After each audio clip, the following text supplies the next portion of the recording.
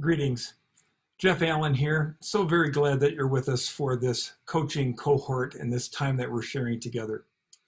Each one of our teachings is going to focus on a particular area of Scripture. We want to make sure that this is the foundation for our time together. We not only want to consider the living Word, Jesus Christ, but we also want to consider the Word that we're blessed to hold in our hands, the book that we love. The particular focus of this teaching is the Jesus way of making disciples.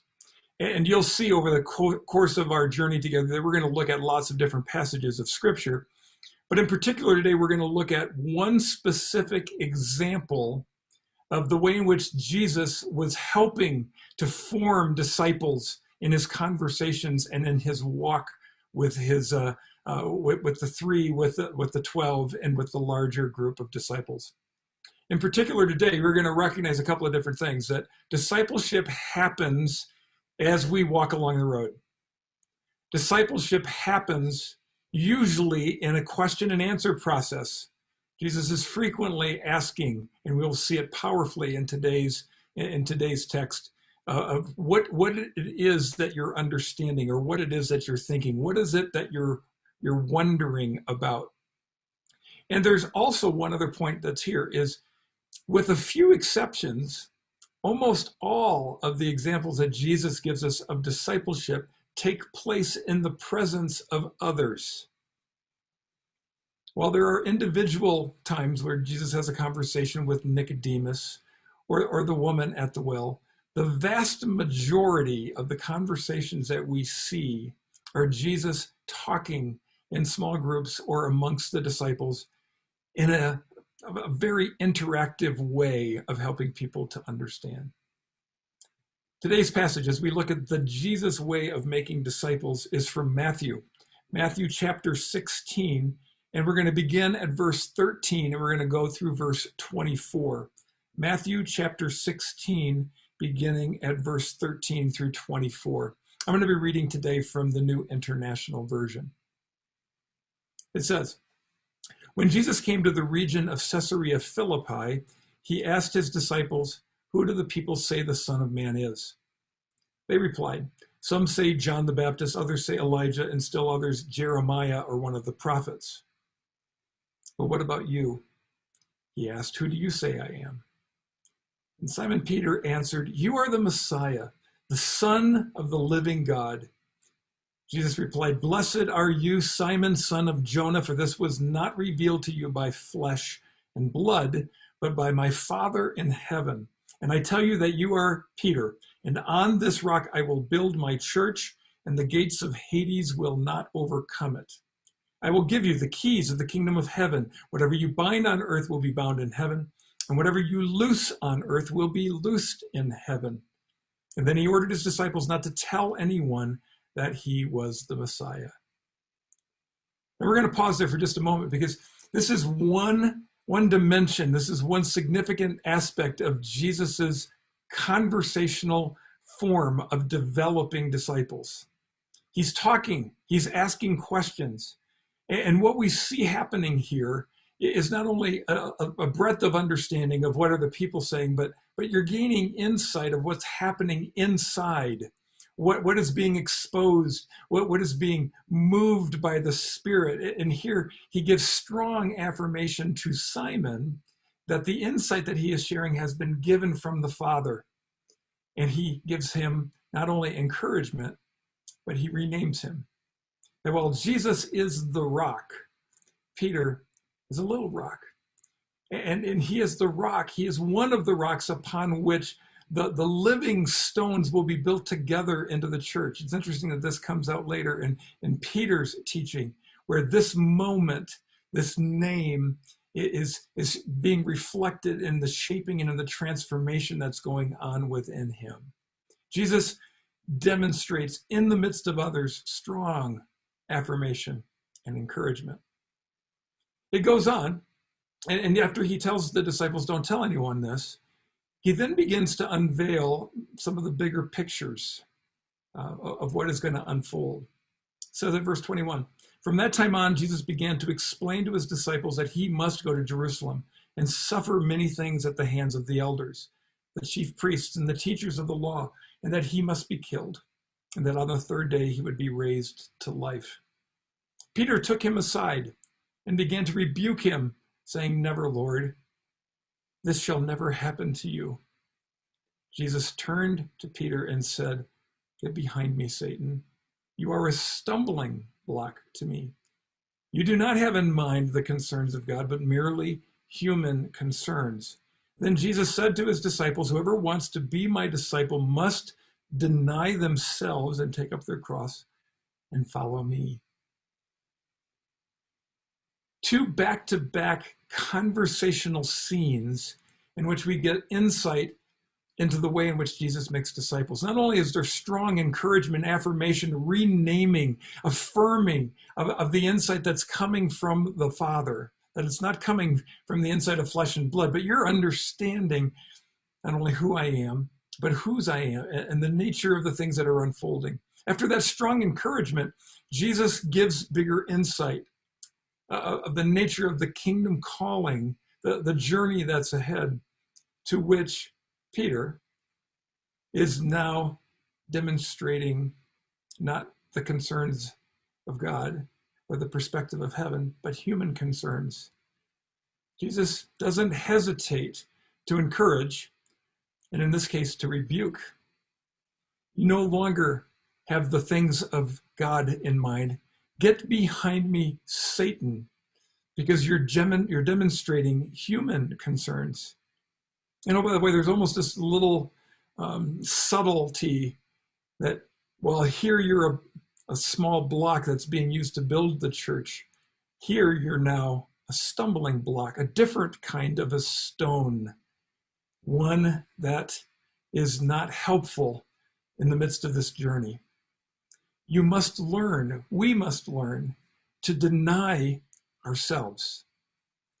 The death of self, part of the transformation of a disciple. Jesus doesn't hesitate to bring this front and center in the conversation with Peter, with the other disciples present to hear.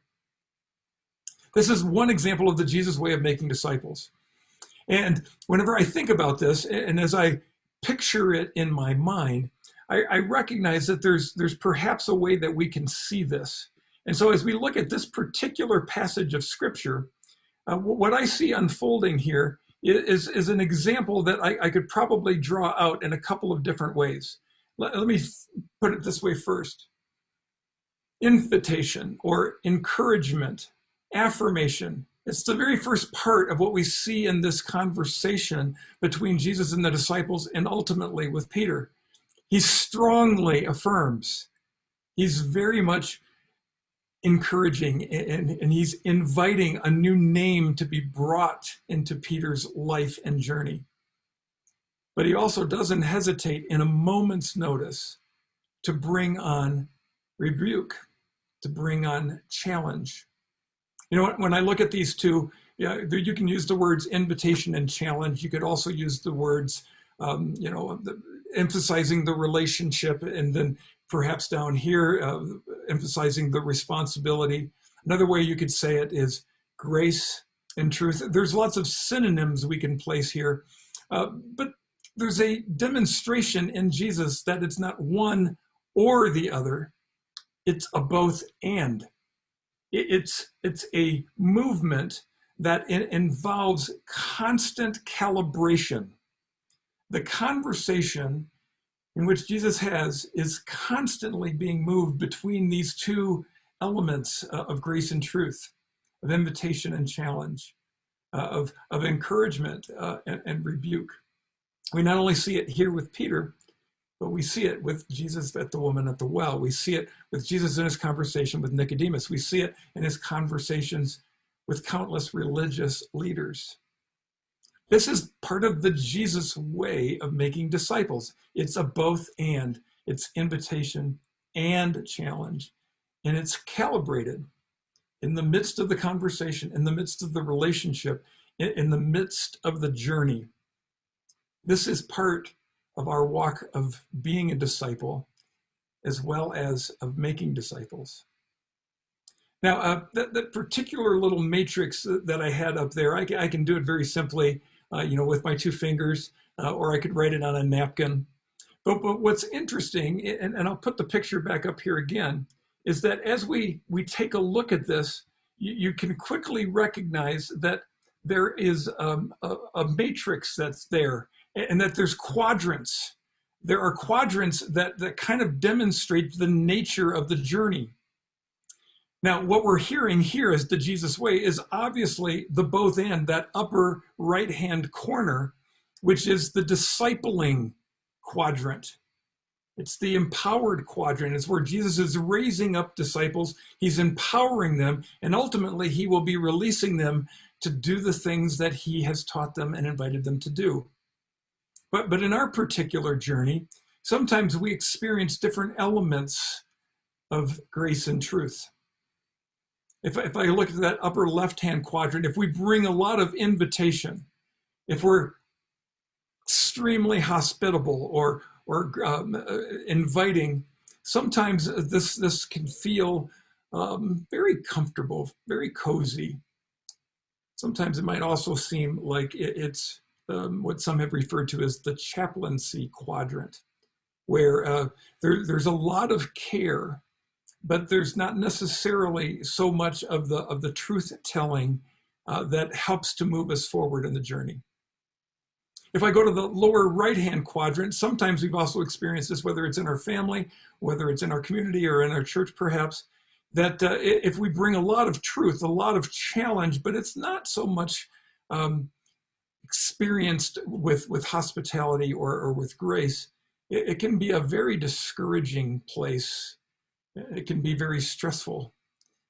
It's kind of interesting. Sometimes people will refer to this particular quadrant as the staff quadrant of the church, because often that's where the staff feels like they live or reside, that they're constantly trying and working and carrying so much, not only of the responsibility, but also of the burden of trying to help their particular context to grow and to move much more intentionally to the both and parts of invitation and challenge, of grace and truth.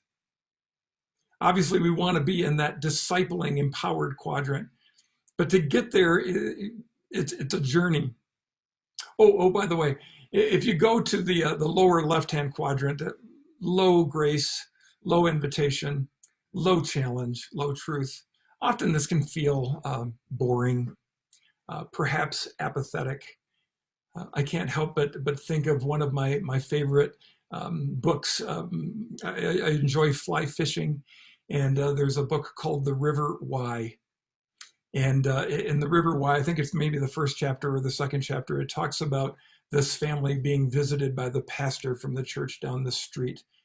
And it's referred to as that he's the pastor from the frozen chosen church. It just kind of makes you think. It's like, yeah, there's not a lot going on, and there's not a lot of people that are engaged. It's just there. That sometimes can be an experience of that lower left-hand quadrant. What we want to invite us to do during our cohort time is to consider this Jesus way, the Jesus way of making disciples. It's the both and. Now, while we've all been made and we've all been given multiple gifts, we've been knit together in our mother's wombs, there's probably areas that we have tendencies toward personally, but there might also be areas that we have tendencies toward collectively. And so that's what we're going to be doing over the course of the next several gatherings, is we're going to be looking at the Jesus way of making disciples and consider a little bit of our journey, our experience of discipleship in comparison to the Jesus way of making disciples. I'm looking forward to our upcoming cohort time. I'm celebrating the journey with you, and we'll see you soon.